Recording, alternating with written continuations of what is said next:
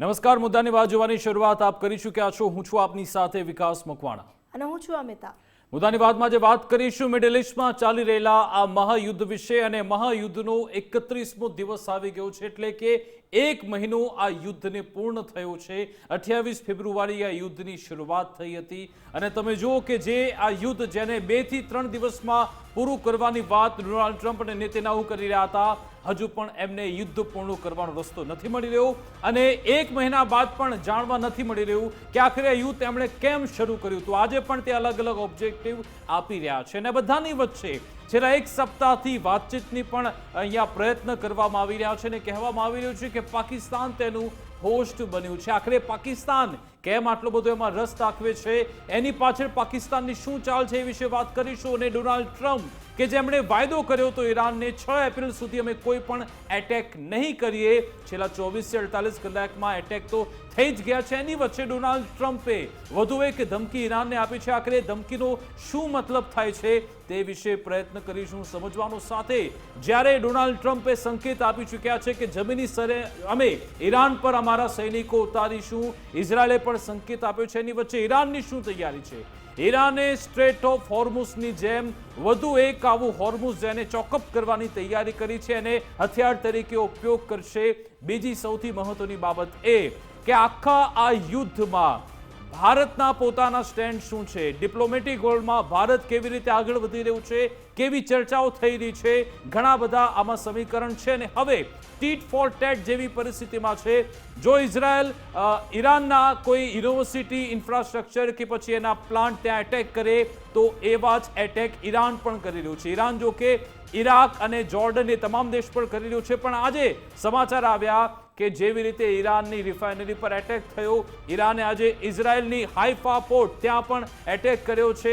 આ મિરર જે એટેક કરવામાં આવી રહ્યા છે એનો શું મતલબ છે, ને હવે આ યુદ્ધ કઈ દિશામાં જઈ રહ્યું છે, ઘણી બધી બાબતો છે, એ વિશે આજે અમિતા એનાલિસિસ કરીશું। બિલકુલ સાચી વાત છે। આજે મિરર એટેકની વાત કરવામાં આવી રહી છે। વિકાસ સ્પષ્ટ છે કે અહીં ઇઝરાયલ અને અમેરિકા બંનેની ગણતરીઓ ક્યાંક ઊંધી પડી ગઈ છે। અરે દરરોજ નવા દાવા કરવામાં આવે છે, દરરોજ કોઈક વાત કહેવામાં આવે છે, અને બીજા દિવસે એ વાતની યુ-ટર્ન લેવામાં આવે છે, અથવા બીજી કોઈ નવી વાત કરવામાં આવે છે। આ બધા વચ્ચે જ્યારે આપણે વાત કરીએ તો હવે ફરી એકવાર ઈરાન અને સાથે જે યુદ્ધની સ્થિતિ છે એવામાં અમેરિકન રાષ્ટ્રપતિએ ફરી એકવાર કંઈક નવી વાત કરી છે। ટ્રમ્પે ફરી નવી ધમકી આપી છે, અને એવું પણ કહ્યું છે કે વાતચીત સફળ ન રહી તો ભીષણ હુમલો કરીશું। હમણાં જ 2 દિવસ પહેલા એવી પણ વાત કરવામાં આવી હતી કે હમણાં હુમલો નહીં કરવામાં આવે, પરંતુ અમેરિકન પ્રેસિડેન્ટ ટ્રમ્પે ફરી એકવાર વાતચીતનો હવાલો આપીને કહ્યું છે કે જો વાતચીત સફળ ન રહી તો ભીષણ હુમલો કરવામાં આવશે। અને એટલું જ નહીં, પાવર પ્લાન્ટ, રિફાઇનરી, ખર્ગ આઇલેન્ડને તબાહ કરવાની ધમકી આપી છે ટ્રમ્પે। હોર્મુઝ ઓફ સ્ટ્રેટ ન ખોલવામાં આવ્યું તો ઈરાનને તબાહ કરી નાખવાની પણ ધમકી આપવામાં આવી છે। એટલે ટ્રમ્પની દાદાગીરી હોય એવું લાગી રહ્યું છે અહીં તો, કારણ કે જે રીતે ટ્રમ્પે અગાઉ એ પણ પોતાનું નિવેદન આપ્યું હતું કે એની નજર ઈરાનના તેલના કૂવા ઉપર છે, અને તેલ જોઈએ છે ઈરાનનું, પરંતુ અત્યારે હોર્મુઝ સ્ટ્રેટ જે બંધ છે તેને લઈને આટલા દેશ છે, યુરોપીય સંઘના દેશની સામે એણે હાથ લંબાવ્યા, કોઈએ સહાય માટે સીધી હા ના પાડી, સીધો એનો પક્ષ ન લીધો, તો ત્યારે હવે એ સીધી દાદાગીરી પર જાણે ટ્રમ્પ ઉતરી આવ્યા હોય તેવું લાગી રહ્યું છે અહીં તો। બિલકુલ, અને આ ધમકી જ્યારે આવી છે એના કારણે વૈશ્વિક બજારોમાં પણ ઉથલપાથલ જોવા મળી। જેવું સોમવારનું બજાર ખુલ્યું અને ડોનાલ્ડ ટ્રમ્પનું આ નિવેદન આવે છે, ક્રૂડ ઓઇલના ભાવ 115 કરતાં પણ ઉપર જતા રહ્યા છે। બપોરે જે 115નો ભાવ હતો હવે સતત વધી રહ્યો છે, અને હવે આવતીકાલે માર્કેટ એનું ભારતની વાત કરી રહ્યું છું કેવું રિએક્શન આપે છે જોવાનું રહેશે, કારણ કે આજે પણ શેર બજારમાં ભારે વેચવાલી જોવા મળી હતી, કારણ કે ડોનાલ્ડ ટ્રમ્પે જાણે છે એમના નિવેદનની શું અસર થાય છે। આખરે કેમ ડોનાલ્ડ ટ્રમ્પે જ્યારે પોતે વાતચીતનો દાવો કરે છે, અને હવે અમને લાગી રહ્યું છે કે વાતચીત નિષ્ફળ નીવડી રહી છે, એટલા માટે કહ્યું કે જો વાતચીત એમાંથી કોઈ સોલ્યુશન નહીં આવે તો અત્યાર સુધી અમે જેને ટચ નહોતું કર્યું, એ કહી રહ્યા છે કે ડિસેલિનેશન પ્લાન્ટ હોય કે પછી પાવર પ્લાન્ટ હોય કે પછી ખર્ગ આઇલેન્ડ હોય, આઇસલેન્ડ હોય, એને અમે તબાહ કરી નાખીશું, તેવો દાવો ડોનાલ્ડ ટ્રમ્પે કર્યો છે। જો કે અહીંયા ઈરાન કહી રહ્યું છે કે અમે તો આ દિવસની રાહ જોઈ રહ્યા છે, આવો તમે, અમે રાહ જોઈને જ બેઠા છે, તમે ક્યારે અહીંયા તમારા સૈનિકોને ઉતારો છો। આ બધાની વચ્ચે યુદ્ધ રોકવાની વાત સૌ કોઈ કરી રહ્યા છે, પરંતુ ઇજિપ્તના રાષ્ટ્રપતિ છે એમણે સીધી રીતે વિનંતી કરી છે ડોનાલ્ડ ટ્રમ્પને. જી હા, બ્રેકિંગ ન્યૂઝ સાથે જોઈશું. ઇજિપ્તના રાષ્ટ્રપતિએ ડોનાલ્ડ ટ્રમ્પને યુદ્ધ રોકવા વિનંતી કરી છે. એક સમિટમાં હતા, એનર્જી સાથે સંકળાયેલ સમિટ છે, ત્યાં જ ઇજિપ્તના રાષ્ટ્રપતિ અલ સીસીએ ટ્રમ્પને કહ્યું પ્લીઝ પ્લીઝ પ્લીઝ. એમની જે ભાષા છે એમાં તેમણે કહ્યું યુદ્ધ નહીં રોકાય તો કાચા તેલના ભાવ $200 થઈ જશે. ખાડી ક્ષેત્રમાં શાંતિ માટે વોશિંગ્ટનનો પ્રભાવ ખૂબ જ મહત્વનો છે તેવું મિસ્રના રાષ્ટ્રપતિ અલ સીસીએ કહ્યું છે. તેમની ભાષામાં તેમણે કેવી રીતે ડોનાલ્ડ ટ્રમ્પને અને વિશ્વને સંદેશ આપ્યો એ પણ સાંભળ્યું.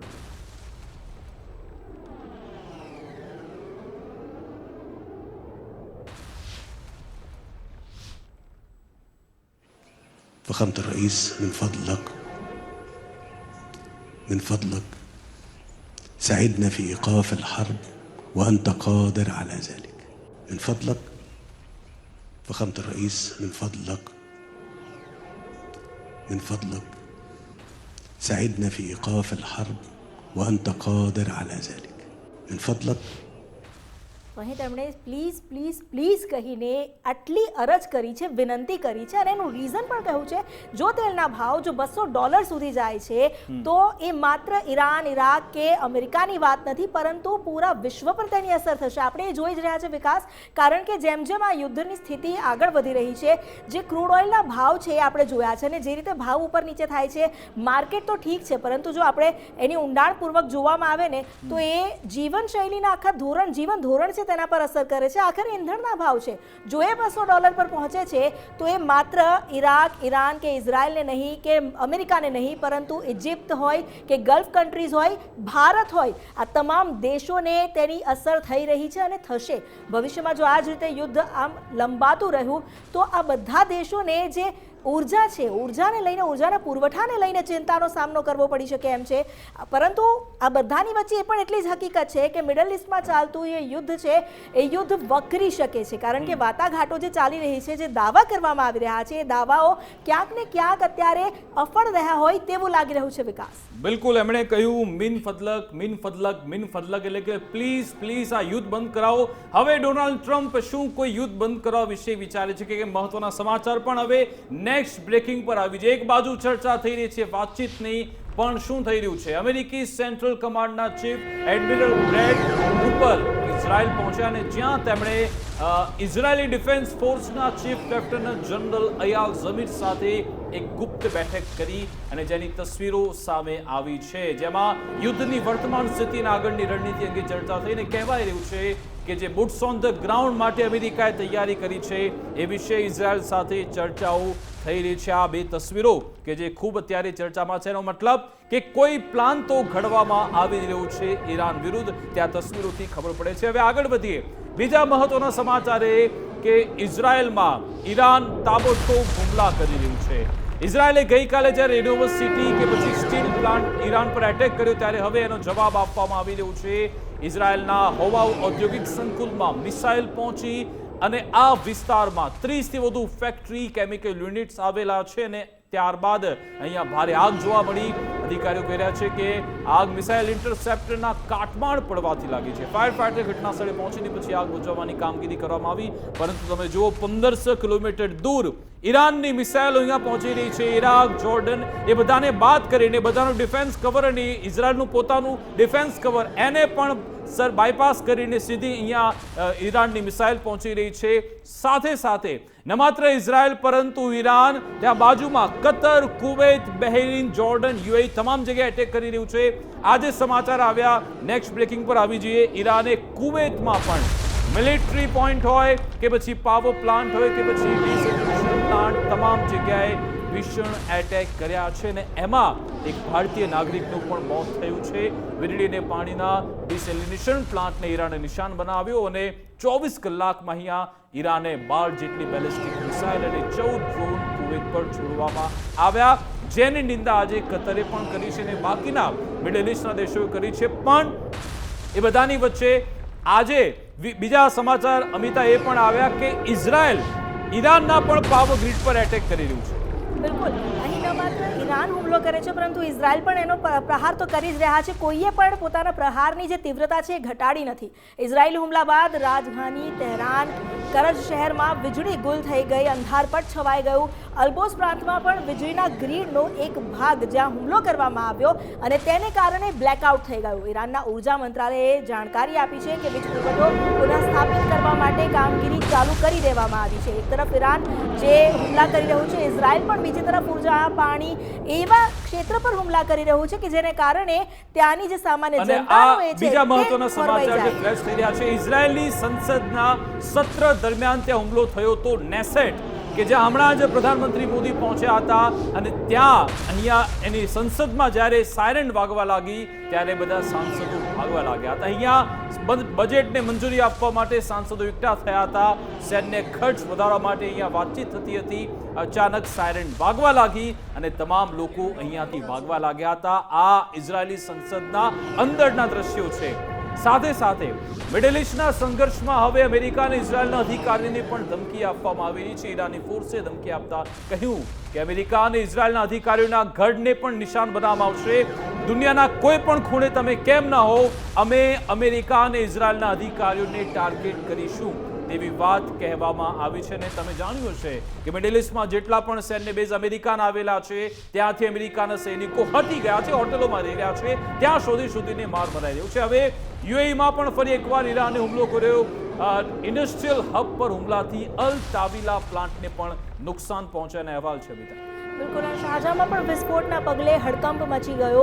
સોશિયલ મીડિયા પર હુમલા બાદ લાગેલી આગની જે તસવીરો સામે આવી છે, આ નજારો જોઈને, વિનાશના દ્રશ્યો જોઈને હૃદય કંપી ઉઠે. દુબઈમાં પણ ઈરાની મિસાઇલનો કાટમાર પડતા આગ ભભૂકી ઉઠી હતી.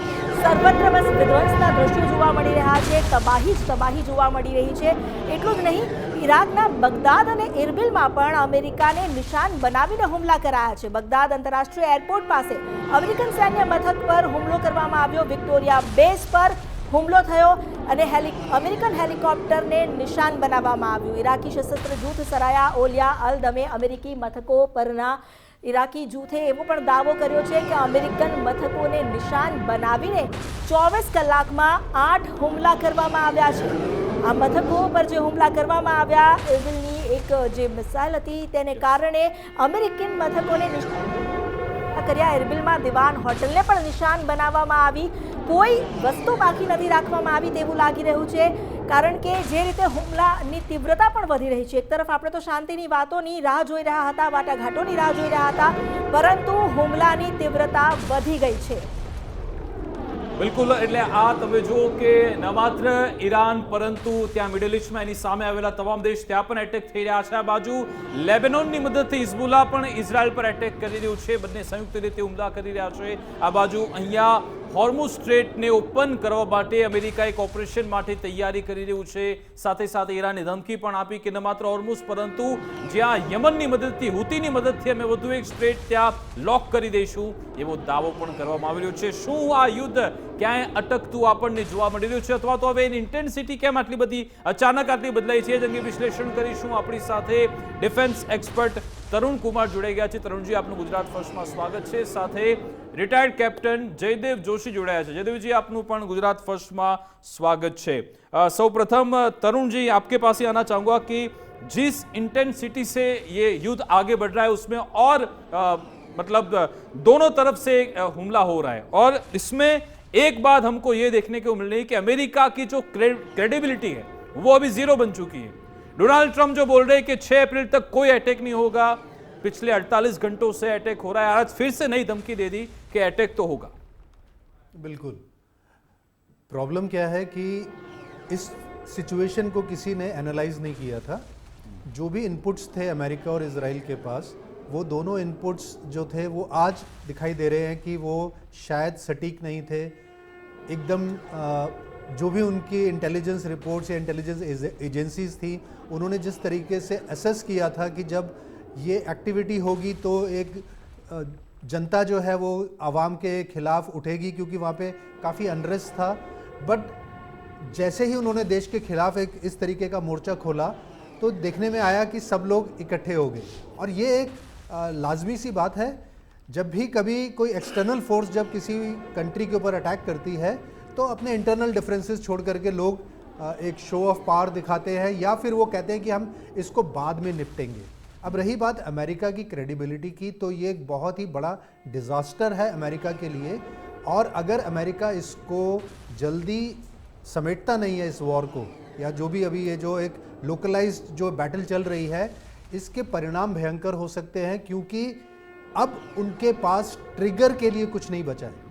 अब ईरान जो है वो अपना हाथ दिखा रहा है, अब वो अपनी मनमारी कर रहा है, वो जहां चाहे अपने मिसाइल्स को लॉन्च कर रहा है। दुबई जैसे एक सेफ हेवन की उसने क्रेडिबिलिटी को ख़त्म कर दिया है। बहरीन के ऊपर अटैक हो रहा है, इजराइल के ऊपर दानादन बमबारी हो रही है, और अमेरिका जो है उसको समझ में नहीं आ रहा कि अब वो इसके ऊपर क्या करे। अब करने के लिए क्या बचा उनके पास? एक स्ट्रेट ऑफ हॉर्मुज़ है और दूसरा है खर्ग आइलैंड। अगर हम इन दोनों को देखें तो खर्ग आइलैंड एक नाका है, और दुनिया का 85 से 90% जो तेल है या जो ईरान का जो एक्सपोर्ट है वो खर्ग आइलैंड से होता है। तो आपके पास अब खर्ग आइलैंड को लेकर के आप ईरान को दबाना चाहते हैं, पर क्या ईरान आपको, जैसा अभी तक उसने अपना हैंड दिखाया है, क्या वो आपको वो खुली छूट देगा? मुझे लगता है कि वहाँ पर भी अमेरिका और इजराइल को खानी पड़ेगी, उनको एक बड़ा मुश्किल डिसीजन लेना पड़ेगा। अभी उन्होंने अपनी एक फ्रिगेट को वहाँ पे पोजीशन किया है, काफ़ी सारे यूएस के मरीन्स हैं, एक कैरियर ग्रुप है, उन्होंने अपनी बहुत बड़ी ताकत जो है उस इलाके के अंदर झोंक दी है। लेकिन उस 20 किलोमीटर के आइलैंड को लेना बच्चों का खेल नहीं है। वो 20 किलोमीटर का आइलैंड जो है वो हर तरीके से एम्फीबियस ऑपरेशन के लिए नाकारा है, क्योंकि पहले तो वहाँ पे शैलो वाटर्स है, वहाँ पे पानी कम गहरा है, तो पानी गहरा कम होने की वजह से वहाँ पे जो बड़े शिप्स या सबमरीन्स होते हैं वो बहुत पास तक नहीं आ सकते बिना बताए। दूसरा, उसने उस पूरे इलाके को स्वॉर्म ड्रोन से उसकी रेंज में कर दिया है, और वो ईरान से और खर्ग आइलैंड से वो बहुत ही जल्दी उधर अटैक किया जा सकता है। ओके, तो अगर आप देखें तो अब यूएस करेगा क्या? अब यूएस के पास ऑप्शंस अगर हम देखें तो बहुत लिमिटेड है। तो एक ऑप्शन है कि वो खर्ग आइलैंड के ऊपर अपनी मिलिट्री ऑपरेशन को અંજામ દેતા હૈ. બિલકુલ, એટલે કે દર્શકોને જણાવી દઉં કે અમેરિકાએ પોતાનું જે 82nd એરબોર્ન જે છે એ પેરાટ્રુપ્સ એ તમામને, એટલે તમે વિચારો કે એક પ્લેન કે હેલિકોપ્ટરથી હમણાં સૈનિકો આવે અને સીધા તે જમીન પર ઉતરે એવી એક ટુકડી ત્યાં મોકલી છે. સાથે સાથે મરીન કમાન્ડો પણ આવી રહ્યા છે. યુદ્ધપોત યુએસએસ બોક્સર, યુએસએસ ત્રિપોલી એ પણ ત્યાં પહોંચી ગયા છે. એટલે જયદેવજી, મારે આપની પાસેથી સમજવું છે કે આ કેવી ડિપ્લોમસી છે દુનિયામાં કે ડોનાલ્ડ ટ્રમ્પ એક બાજુ વાતચીતની પણ વાત કરી રહ્યા છે અને બીજી બાજુ આ તૈયારી પણ થઈ રહી છે. એ કયો ઓપ્શન આમાં વધારે પ્રિફર કરશે?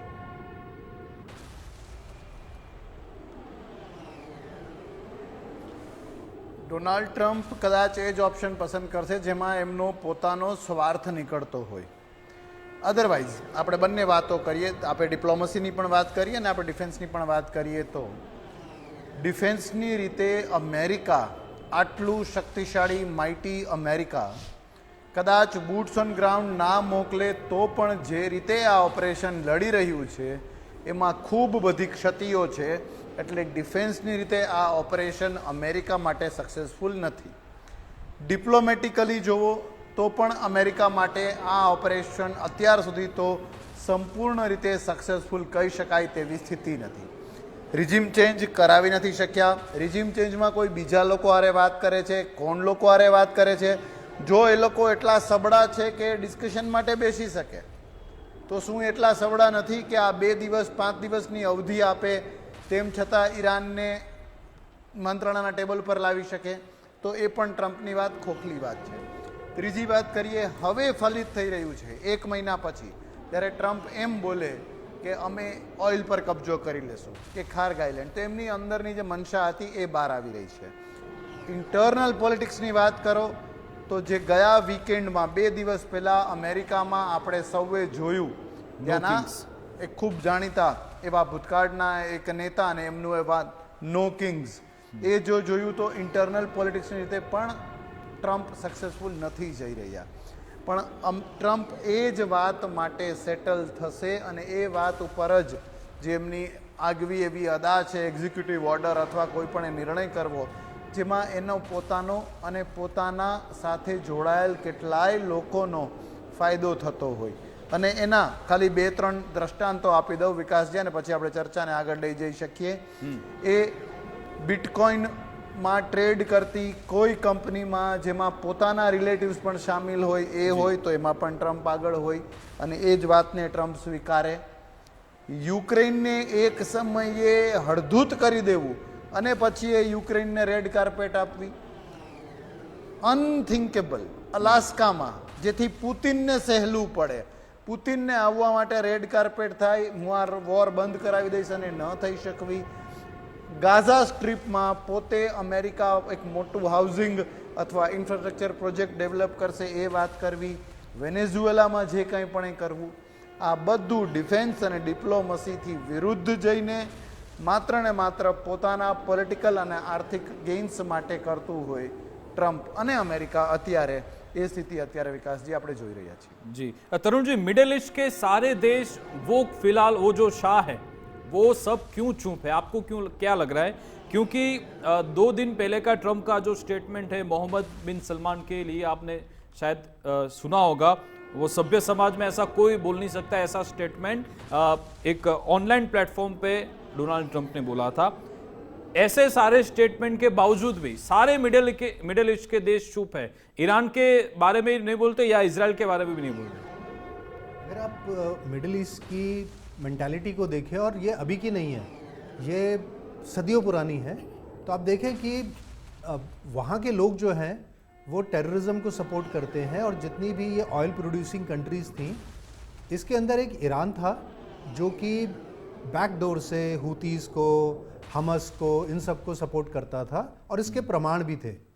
लेकिन बाकी सारी कंट्रीज़ जो थी वो धीरे धीरे उन्होंने अपने आप को इन सब चीज़ों से दूर कर लिया था. ईरान जो था वो अपने न्यूक्लियर एस्पिरेशंस को ज़िंदा रखे हुए था और उसने बहुत बार ये दर्शाया, और अभी तक ये प्रूव नहीं हो पाया कि उन्होंने न्यूक्लियर बॉम्ब बनाया है कि नहीं बनाया है. पर जो इंटरनेशनल एटॉमिक एनर्जी जो एजेंसी है, उन्होंने अपने जो शुरुआती जो उन्होंने जो चेक्स किए थे उसमें उन्होंने बोला कि उनके पास वेपन ग्रेड यूरेनियम नहीं था. अगर अभी हम बात करें तो अमेरिका के जो बहुत सारे जो ऑप्शंस हैं उसमें अगर हम देखेंगे तो अमेरिका का एक ऑप्शन है कि उन्होंने वेपन ग्रेड यूरेनियम को भी कैप्चर करना है, जो कि एक बहुत ही सेंसिटिव और डेंजरस ऑपरेशन है.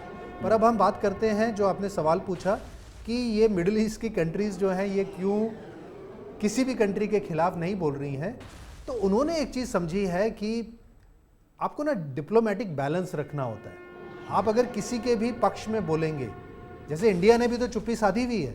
इंडिया ने ना इजराइल के पक्ष में बोला, ना यूएसए के पक्ष में बोला, ना ईरान के विपक्ष में बोला. तो ये जो एक साइलेंस है ये भी स्ट्रेटेजिक है, क्योंकि उनको मालूम नहीं है कि आने वाले समय में जो वर्ल्ड ऑर्डर है, ये जो युद्ध हो रहा है आज की डेट के अंदर, इसका जो परिणाम है वो एक वर्ल्ड ऑर्डर को चेंज कर सकता है. जैसे आपने बोला था कि अमेरिका की क्रेडिबिलिटी शून्य हो गई है, ज़ीरो हो गई है. तो अगर अमेरिका की क्रेडिबिलिटी ज़ीरो हो गई है तो आप सोचिए कि अमेरिका जो दुनिया के अंदर अपने आप को, मतलब 82 एयरबॉर्न डिवीज़न उसकी दुनिया का इकलौता देश है जो पूरे विश्व के अंदर अपनी एक पूरी की पूरी डिवीज़न लेवल की फोर्स को कहीं पे भी भेज सकता है, लैंड कर सकता है और वहाँ पे मिलिट्री ऑपरेशंस कर सकता है. उसकी फ्रिगेट्स कहीं पे भी मूव कर सकती हैं. वो देश जो है उसने जो आंकलन किया था ईरान का वो बहुत ही गलत निकला. उनका जो असेसमेंट जो था वो असेसमेंट किसी भी तरीके से मेरा एक डिज़ास्ट्रस असेसमेंट था. उन्होंने कभी नहीं सोचा था कि ये लड़ाई इतने दिन चलेगी. आज लड़ाई को चलते हुए 31 दिन के करीब हो गए. तो आप सोचिए कि, और अभी ये लड़ाई थमने पे नहीं आई है, अभी तो शुरू हुई है और अभी इसके स्ट्रेटजिक ट्रिगर्स आने वाले हैं. तो ये देश जो हैं वो इसलिए चुप हैं क्योंकि अभी उन्होंने कुछ बोला नहीं है और उनके ऊपर बमबारी हो रही है ईरान के द्वारा. बिकॉज उन्होंने कहीं ना कहीं स्ट्रैटेजिक सपोर्ट बिना कुछ बताए अमेरिका को दी थी. उन्होंने अमेरिका को वहाँ पे बेस बनाने दिए थे. आज वो बेस जो हैं उनको टारगेट करने के अंदेशे से उन्होंने उनके सिविल इंफ्रास्ट्रक्चर को और उनके ऑयल इंफ्रास्ट्रक्चर को भी टारगेट करना शुरू किया है। ईरान को मालूम है कि ये सारा का सारा युद्ध जो है वो ऑयल के ऊपर सुप्रीमेसी के लिए हो रहा है, बाकी सब चीज़ें बहाना है। वेनेजुएला के ऊपर अटैक हुआ, it was to capture Venezuelan oil reserves. Iraq के ऊपर अटैक हुआ था, वो भी इराक के ऑयल रिजर्व्स को, क्योंकि इस दुनिया के अंदर પણ એટલે અમેરિકા એ ભૂલી જાય છે કે જે ઈરાકની વાત થઈ રહી છે, ઈરાક કરતા ઘણું વધારે ઈરાન મોટું છે. જો ઈરાનમાં ઘૂસશે તો તમે જો કે ઈરાકમાં તો પણ સફળતા ન મળી, વેનેઝુએલામાં ક્યાંય ના વિયેતનામમાં સફળતા મળી, પણ આ વખતે પહેલીવાર આ યુદ્ધમાં જોવા મળ્યું છે. જયદેવજી, જે ઈરાને પહેલાથી કહ્યું હતું કે અમે ડિસેલિનેશન પ્લાન્ટ પર એટેક કરીશું, ને કતરમાં એવો એટેક પણ થયો અને ત્યાંથી સમાચાર એ લોકોએ પોતે કન્ફર્મ કર્યા છે કે હવે પ્લાન્ટ ઓપરેશનલ રહ્યો જ નથી. અને સૌ કોઈ જાણીએ છીએ કે મિડલ ઇસ્ટના એ તમામ દેશો કે જે આ પ્લાન્ટ પર નિર્ભર છે, જો પ્લાન્ટ જતા રહે તો એમને પીવાના પાણી માટે ફાંફા પડી શકે છે, કારણ કે ત્યાં તેલ જ છે, ત્યાં નદીઓ છે જ નહીં. આપણે તો સૌ કોઈ ભાગ્યશાળી છીએ ભારતના લોકો કે નદીઓનો સારો પ્રવાહ છે એટલે ચિંતા નથી, પણ ત્યાં આવી સ્થિતિ છે. એ સાઉદી અરબ હોય, કતર હોય, બહેરીના તમામ આ પ્લાન્ટ પર નિર્ભર છે. અને હવે જ્યારે ઈરાને શરૂઆત કરી છે આવા પ્લાન્ટ પર એટેક કરવાની, આપને લાગે છે કે મિડલ ઇસ્ટમાં હવે પાણી માટે જંગ શરૂ થશે?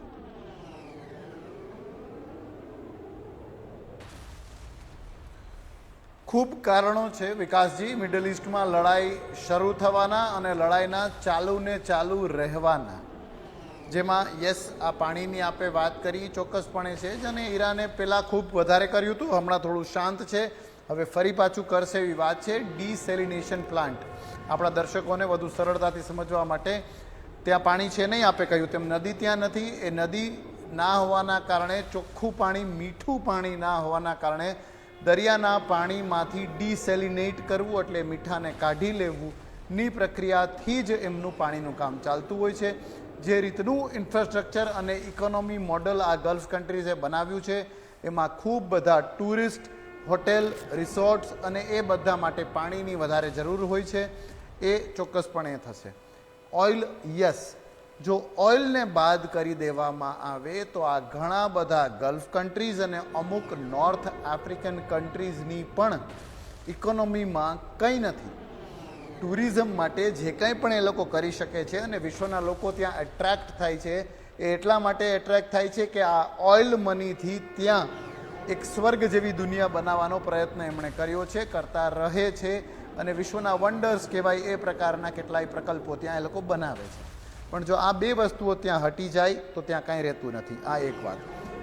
અમુક કારણો ખાલી લિસ્ટ આઉટ કરી દઉં વિકાસજી, અને કેના કારણે યુદ્ધ થઈ શકે. આ વોટર પ્લાન્ટના કારણે થઈ શકે, ઓઇલની ઇકોનોમીના કારણે યુદ્ધ થઈ શકે, ઇસ્લામિક બ્રધરહુડવાળી વાત જે એક દીવા સ્વપ્ન જેવું હતું, જે મૃગજળ જેવું હતું, મિરાજ હતું, એ ખતમ થઈ રહ્યું છે. ક્રિસ ક્રોસ કેટલાય MOUs અને કેટલાય કનેક્શન્સ થઈ ગયા છે.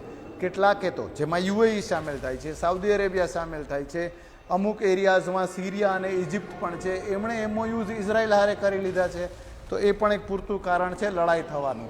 એથી વધારે આ ઇસ્લામિક કન્ટ્રીઝના ગોડફાધર બનવાની, કોઈ મોટા પ્રણેતા બનવાની જે સતત ને સતત લડાઈ ચાલતી હોય છે, તેમાં ઈરાન એક શિયા કન્ટ્રી, શિયા બહુલ કન્ટ્રી, સાઉદી અરેબિયા અને તર્કી વચ્ચે સતત ખેંચતાણ હોય છે. અને એટલા માટે જ આપ જુઓ, જ્યાં આપ તર્કીને મુખર રીતે જોશો ત્યાં આપ સાઉદી અરેબિયાને નહીં જોવો, અને વાઇસ વર્સા. સાઉદી અરેબિયાને આપ જોશો ત્યાં તર્કીને આપ નહીં જોવો. તો આ ખુદ પોતાનામાં એક મોટો પ્રશ્ન છે. આ ત્રણથી જો આગળ જઈએ અને છેલ્લો મુદ્દો જો કહું તો, કોઈ પણ બીજા પ્રકારના ઇન્ફ્રાસ્ટ્રક્ચર ડેવલપમેન્ટમાં જે ખૂબ પાયારૂપ કહેવાય એ મટીરિયલ, મની, બધું કહીએ, પણ મેન, જે મેન પાવર આ બધા દેશોમાં છે, ઇવન ઓઇલ એક્સટ્રેક્શન પ્લાન્ટ્સ જ્યાં છે, રિફાઇનરીઝ જ્યાં છે, ઓકે જયદેવજી, ક્લોઝિંગ તરફ જઈએ છીએ કે આમાં શાંતિની જ્યારે વાત શરૂ થઈ ત્યારે પાકિસ્તાનનું નામ આવ્યું ને શહેબાઝ શરીફે પોતે કહ્યું કે અમે હોસ્ટ કરવા રેડી છીએ, અને જે 2 દિવસ બેઠક મળવાની હતી વિદેશ મંત્રીઓની, એ એક જ દિવસ મળીને પૂર્ણ થઈ ગઈ છે. પછી ઇજિપ્ત, તુર્કી, સાઉદીના એ વિદેશ મંત્રી આવ્યા હતા. તો આ પાકિસ્તાન આમાં વચ્ચે કેવી રીતે આવ્યું, અને એની મંશામાં શું છે?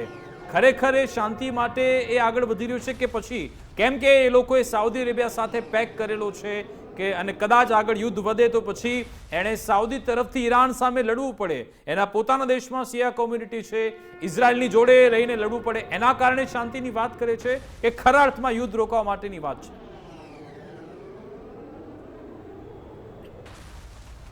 ને ખૂબ સરસ પ્રશ્ન આપણે પૂછ્યો છે ને, રેલેવન્ટ પ્રશ્ન છે. આપણને એમ થાય કે કેમ પાકિસ્તાન આમાં આગળ વધે છે, પણ પાકિસ્તાન એટલે આગળ વધે છે કારણ કે આપણે કીધું ક્લોઝિંગ એટલે બહુ ટૂંકમાં જવાબ આપું. અમેરિકાની દયા દ્રષ્ટિ પાકિસ્તાન ઉપર છે, મોટી વાત. બીજું, સાઉદી અરેબિયા કે જેણે પોતાને ત્યાં અમેરિકી થાણાઓ રાખ્યા અને દુષ્પરિણામો ભોગવે છે, એ નથી ઈચ્છતું કે કોઈ પણ ઇસ્લામિક કન્ટ્રી, ભલે ઈરાન હોય, એની સાથેની મંત્રણા જેના ઘણા કેસીસમાં જ્યુઝ સ્વન એનિમીઝ છે, ક્રિશ્ચિયન્સને એ લોકો કોઈ પણ આઇડલ વર્શિપ કરનાર લોકોને અપ્રૂવ ના કરે, આવા લોકો વચ્ચેની મંત્રણા પોતાના જમીન ઉપર થાય. અમેરિકાનું પાકિસ્તાન માટે સોફ્ટ કોર્નર હોવું, સાઉદી અરેબિયાનું એ ના ઈચ્છવું કે મંત્રણા અમારે ત્યાં થાય, આ બે વાત સ્ટ્રેટેજિક અને જિયોગ્રાફિકલ જે એમનું પોઝિશનિંગ છે એ આ ત્રીજું કારણ. ચોથું કારણ, આવો જ રોલ અદા કરતું હતું ઓમાન, જે ગયા વર્ષે ધ 12 ડે વોર થઈ જૂન ને એની આસપાસ, અને એ પછી પણ એ ઓમાન સાથેની લડાઈ મંત્રણા સક્સેસફુલ ના રહી, તો એક ઓલ્ટરનેટિવ શોધવાના હતો. તો ના मामा करता काणो मामो सारो એટલે પાકિસ્તાન, એટલા માટે પાકિસ્તાન. तरुण जी, आपका टेक, पाकिस्तान इसमें क्या कर रहा है? पाकिस्तान अपना एक स्ट्रैटेजिक रेलेवेंस ढूंढ रहा है. पाकिस्तान ने ऑपरेशन सिंदूर के बाद अपना जो एक अस्तित्व जो था उसको खो दिया था. उनका जग हंसाई हुई, वो काफ़ी जगह पे गए, यूएसए के साथ उन्होंने कोशिश की. अभी क्या है कि पाकिस्तान ने एक पहल शुरू की है, और वो भी खासकर क्योंकि यूएस बेसिस जो हैं वो पाकिस्तान के अंदर हैं, और वहाँ से एक अप्रोच है जो कि खरग आइलैंड के लिए एक्सप्लॉइट की जा सकती है. बट प्रॉब्लम क्या है कि पाकिस्तान अपने आप को एक मुस्लिम सेंट्रिक देश मानता है, और वो ओपनली ईरान के खिलाफ नहीं जा सकता. तो क्योंकि उनको जो तेल मिलता है वो ईरान से मिलता है. आज पाकिस्तान की जो माली हालत है वो काफ़ी ख़राब है हिंदुस्तान के मुकाबले. हमारी कंट्री के अंदर आज भी कहीं प्रॉब्लम नहीं हो रही है, पर पाकिस्तान के अंदर तेल की जो कीमतें हैं वो आसमान छू रही हैं. सो अगर आप देखें तो पाकिस्तान जो है वो अपना एक स्ट्रेटेजिक रेलेवेंस, वो क्या है ना कि हम बोलते हैं कि जब ऐसी इवेंट्स आते हैं तो आपको कहीं ना कहीं एक मौका मिलता है कि मैं कहीं इसमें कुछ अपना भी उल्लू सीधा कर लूं. तो पाकिस्तान जो है वो अपना उल्लू सीधा कर रहा है, क्योंकि एक्चुअली उनके पास ऑफर करने के लिए कुछ नहीं है.